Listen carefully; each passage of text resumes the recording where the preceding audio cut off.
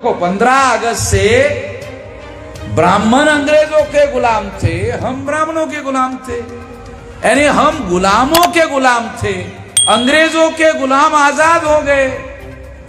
गुलामों के गुलाम आजाद नहीं हुए तो 26 जनवरी 1950 को बाबा साहब आंबेडकर को संविधान में लिखकर आजादी घोषित करनी पड़ी। तो संविधान ने हमें आजाद किया, वो संविधान देश में लागू नहीं किया जा रहा है, वो संविधान देश में लागू नहीं होने दिया जा रहा है। इसको समझनी जरूरी है।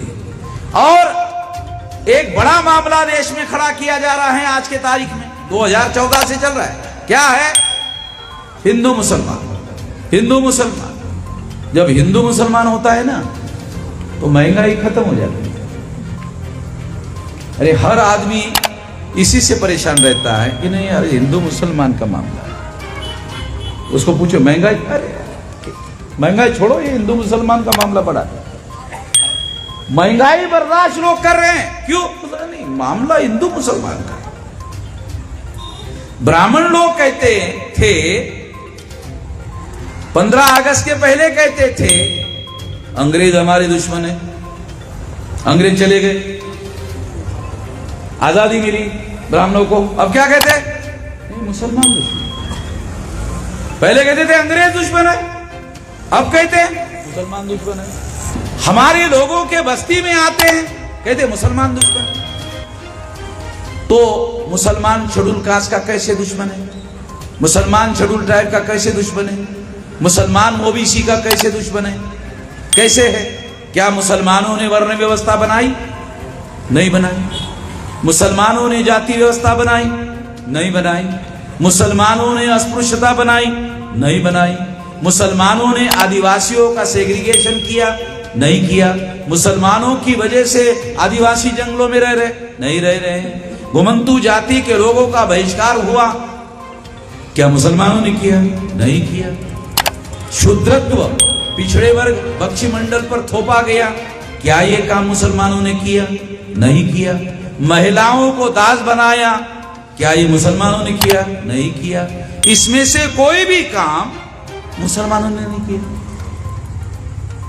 ये सारा का सारा काम ब्राह्मणों ने किया। इसमें से कोई भी काम मुसलमानों ने नहीं किया। ये सारा का सारा काम ब्राह्मणों ने किया। और ब्राह्मणों के वेद, श्रुति, स्मृति, पुराण, रामायण, महाभारत, गीता, इसमें सारा लिखा हुआ है। इसका मतलब है कि ब्राह्मणों ने हम लोगों को इस देश में गुलाम बनाकर रखा हुआ है। मुसलमान हमारे दुश्मन किस आधार पर है?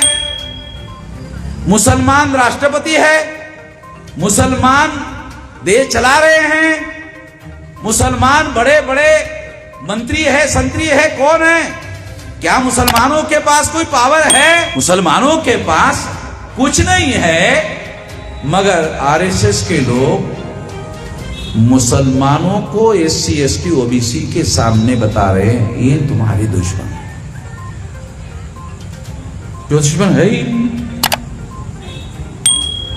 तो एससी, एसटी, ओबीसी के लोगों को यह ध्यान रखना है कि मुसलमानों ने जो ब्राह्मणवादी व्यवस्था है वो नहीं बनाई, वो ब्राह्मणों ने बनाई।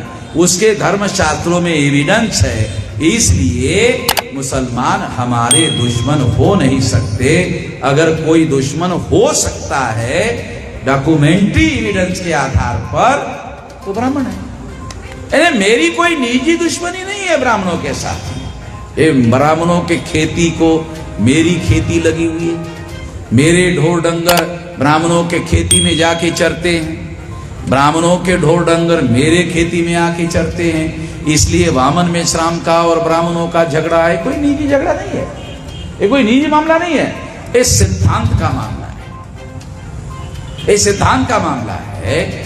ब्राह्मण जो है वो कहते हैं सारे इंसान बराबर नहीं है, ब्राह्मण सबसे ऊपर है, बाकी सभी लोगों को ब्राह्मणों की पूजा करनी चाहिए। ये ब्राह्मण कहते हैं, लिखित कहते हैं, उनके धर्मशास्त्रों में लिखा हुआ है। भारत के संविधान ने इसे रद्द कर दिया।